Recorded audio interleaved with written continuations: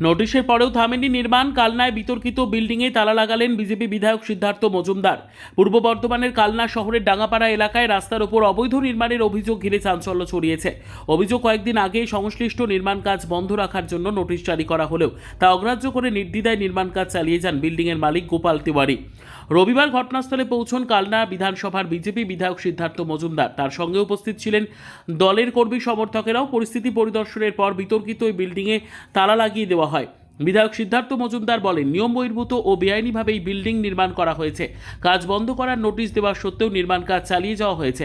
এটা তৃণমূলের সরকার নয়, অবৈধ নির্মাণ বিজেপির সরকার কোনোভাবেই বরদাস্ত করবে না। এই বিল্ডিংটা ইললিগালি কনস্ট্রাক্ট করা হয়েছে, ঠিকঠাক পারমিশন নেওয়া হয়নি, এনক্রোচমেন্ট করেছে, জায়গা ছাড়েনি। এরা কোর্টে গেছে, কোর্টে হেরে গেছে। তারপরেও তার এত বড় আস্পর্ধা যে হারার পরেও সেখানে কাজ চালিয়ে যাচ্ছে। সে নাকি এখানে এটাকে বিক্রি করেই ছাড়বে, এখানে লোককে বোকা বানাবে।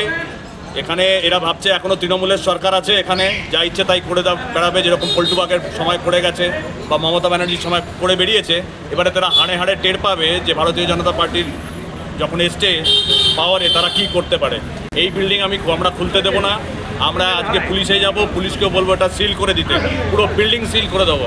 এইভাবে অবৈধ নির্মাণ এখানে চলবে না, করতে দেওয়া হবে না। আর স্থানীয় বাসিন্দা মানিক দত্তের দাবি, রাস্তার উপর যেভাবে বিল্ডিংটি তৈরি হয়েছে তাতে সরকারি নিয়ম মানা হয়নি। আজ বিধায়ক এসে বিল্ডিংয়ে তালা লাগিয়েছেন। আমাদেরও মনে হয় এটি অবৈধভাবে নির্মাণ করা হয়েছে। আমি রাস্তায় বেরিয়ে তারপরে দেখলাম, আমরা এখানে এলাকার বাসী, দেখলাম এই বিল্ডিংটা অনেকদিন ধরে কাজ হচ্ছে। তারপরে শুনতে পেলাম যে কোনো সরকারি আধিকারিক একটা চিঠি এসছে বিল্ডিংটা কাজ বন্ধ করার জন্য। তারপরেও দীর্ঘদিন ধরেই দেখছি কাজটা হচ্ছে চিঠি আসার পরও। তা আজকে দেখলাম বিধায়ক সাহেব এসেছিলো, তার লোকজন সবাই ছিল, সবাই মিলে দেখলাম হঠাৎ করে তালা মারা হচ্ছে। এটা কি মানে সঠিক, আপনারা কি মনে করেন সঠিক?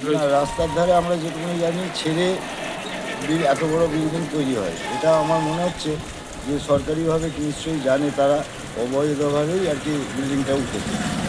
অন্যদিকে অভিযোগের বিষয়ে বিল্ডিংয়ের মালিক গোপাল তিওয়ারি বলেন, বিষয়টি আদালতে বিচারাধীন, তাই এই মুহূর্তে এই বিষয়ে কোনো মন্তব্য করব না। ঘটনাকে কেন্দ্র করে এলাকায় ব্যাপক চর্চা শুরু হয়েছে। এখন আদালত ও প্রশাসনের পরবর্তী পদক্ষেপের দিকে নজর রয়েছে সকলের। রীতা ভট্টাচার্যের রিপোর্ট, সুন্দর বাংলা নিউজ। আপনি কি বলবেন? এইটা হচ্ছে জুডিশিয়াল ম্যাটার, কোর্ট অর্ডারে আমি কাজ করছি। আর এটা জুডিশিয়াল ম্যাটারে আছে, কোর্টের ব্যাপার কোর্টে আছে। এই বিষয়ে আমি কিছু বলবো না, যা বলার আমি কোর্টকে বলবো। আপনার